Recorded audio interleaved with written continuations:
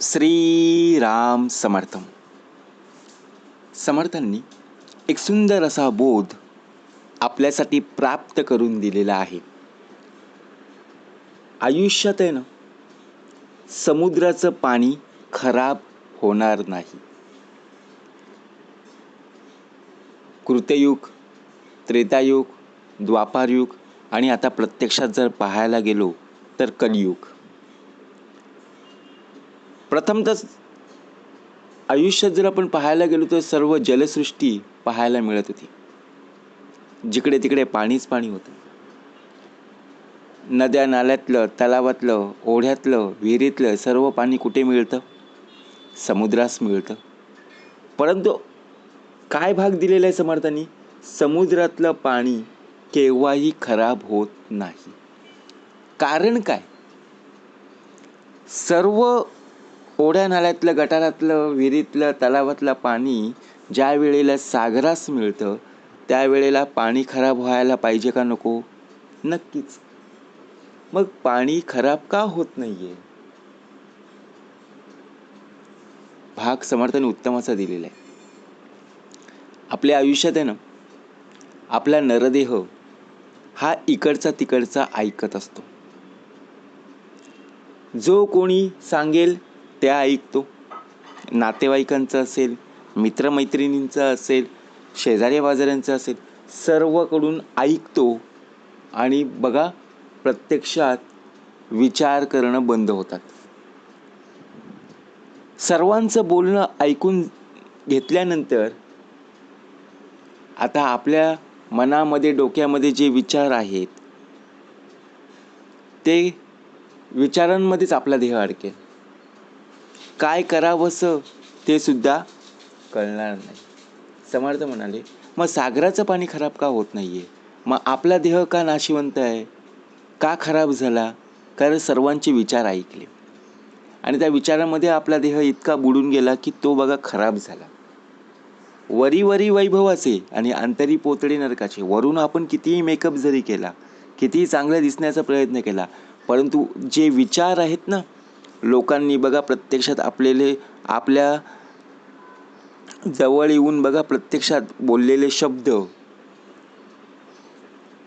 ते आपल्या मनाला कुठेतरी टोचले ना. मग समुद्राचं पाणी का खराब झालं नाही? ज्याप्रमाणे समुद्राचं पाणी सतत वाहत असतं. आता आपल्या डोक्यामध्ये, आपल्या मनामध्ये लोकांनी येऊन बघा प्रत्यक्षात जे काही सांगितलं ते आपण कुठे वाहत नेलं का? नाहीये. ते आपल्याच अंतरी राहिलं ना. या कानाने ऐकलं, शेवटी आपल्या बघा परेमध्येच राहिलं. ते कुठेतरी वाहत गेलं पाहिजे. मग यासाठी काय करावं लागेल? संगत उत्तमाची असणं आवश्यक आहे ना. जर चांगल्या संगती आपल्याला प्राप्त झाली असतील, चांगले विचार जर आपल्याला ऐकायला मिळत असेल तर आपण नक्कीच चांगलं होऊ. परंतु आपला देह जर वाईट संगतीला असेल, वाईट विचारांमध्ये जर असेल तर नक्कीच वाईट झाल्याशिवाय राहणार नाही. म्हणून समर्थ म्हणाले, आपल्या कानामध्ये जे जे लोक बघा प्रत्यक्षात सांगणारे असतात ना, त्यांचे चांगले शब्द आपण नक्कीच परेमध्ये घेतले पाहिजे आणि वाईट शब्द नक्कीच सोडून दिले पाहिजे. आपण सोडत नाहीये, आपण अंतरीत धरून ठेवतो. परंतु समुद्र नाही. समुद्र आहे ना, प्रत्यक्षात जर पाहायला गेलं ना, तो सतत वाहत असतो. जो मनुष्य देह सतत कार्यरत राहतो, शिकत राहतो आणि बदल स्वीकारतो, त्याचं जीवन कधीही स्थिर किंवा नकारात्मक होत नाही. आज लोकांनी आपल्या मनामध्ये काय भरवलं, काय बोलले, त्याचं आपण मनावर घ्यायचं नाही. उलट जे बोललेलं आहे ना, त्यामध्ये आपण नक्कीच बदल केला पाहिजे. जीवनामध्ये सगळे इकडचे तिकडचे आजूबाजूचे सगळेजण आपल्याला नकारात्मक गोष्टी सांगतील हो, परंतु आपण कसं पॉझिटिव्ह राहू, कसं आपण बघा सकारात्मक दृष्टिकोनातून याचा विचार करू, हे आपण पाहिलं पाहिजे.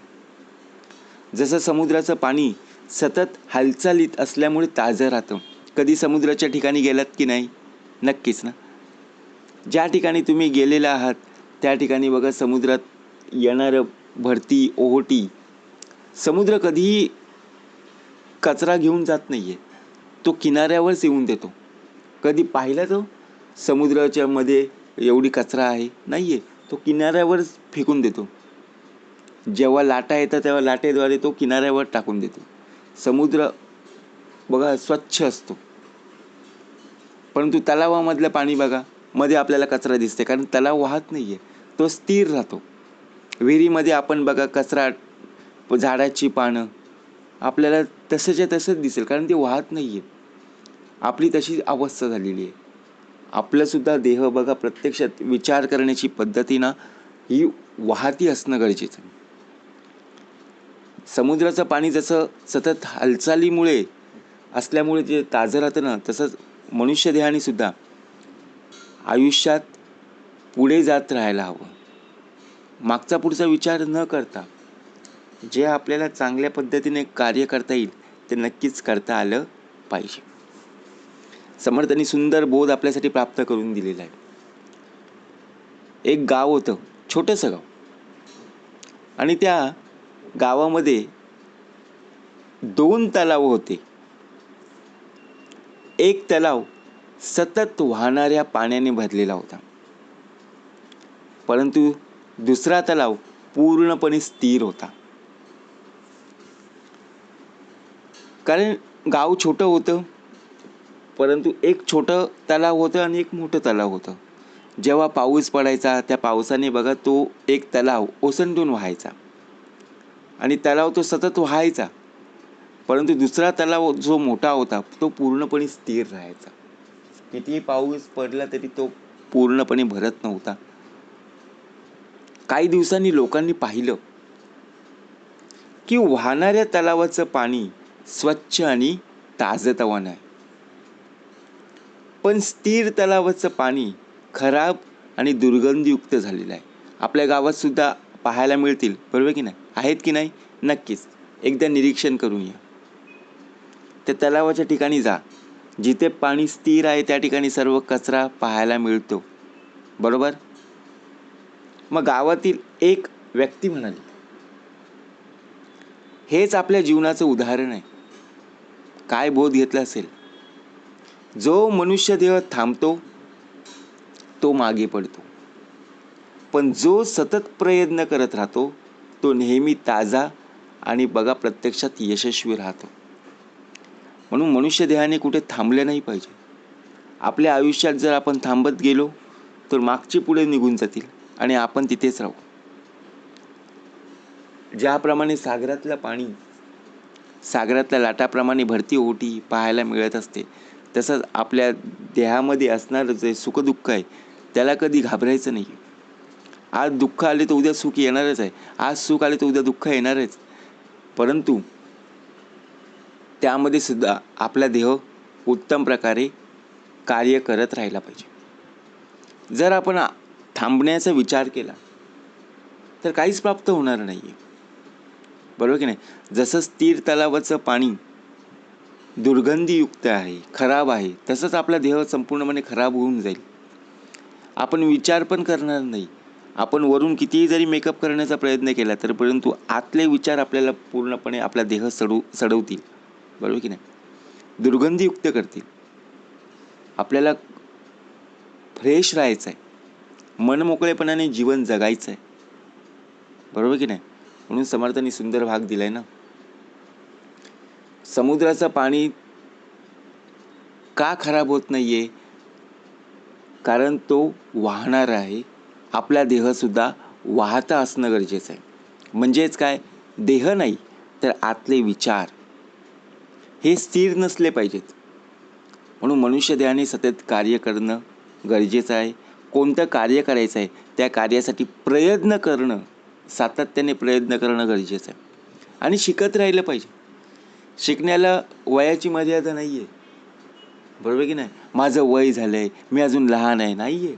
शिकणं खूप गरजेचं आहे. आणि सर्वात महत्त्वाचं म्हणजे जे ऐकलेलं आहे, जे आपल्याला पूर्णपणे करायचं आहे त्यामध्ये निश्चितच बदल स्वीकारता आला पाहिजे, बदल उत्तम प्रकारे करता आला पाहिजे. जीवन कधीही स्थिर किंवा नकारात्मक जर होत असेल तर बघा, प्रत्यक्षात चांगले विचार आपल्या मनामध्ये कसे येतील आणि ते वाईट असणारे विचार कसे दूर लोटले जातील. सकारात्मक दृष्टिकोनातून विचार करून नकारात्मक दृष्टिकोनात बघा, जे नकारात्मक विचार आपल्या मनामध्ये येतात ते कसे बाहेर पडले जातील आणि आयुष्यात आपण पुढे कसं बघा, कोणत्या स्वरूपात आपल्याला पाहायला मिळेल, कोणत्या पद्धतीने आपण आयुष्यात पुढे जाऊ हे पाहिलं पाहिजे. जय जय रघुवीर समर्थ.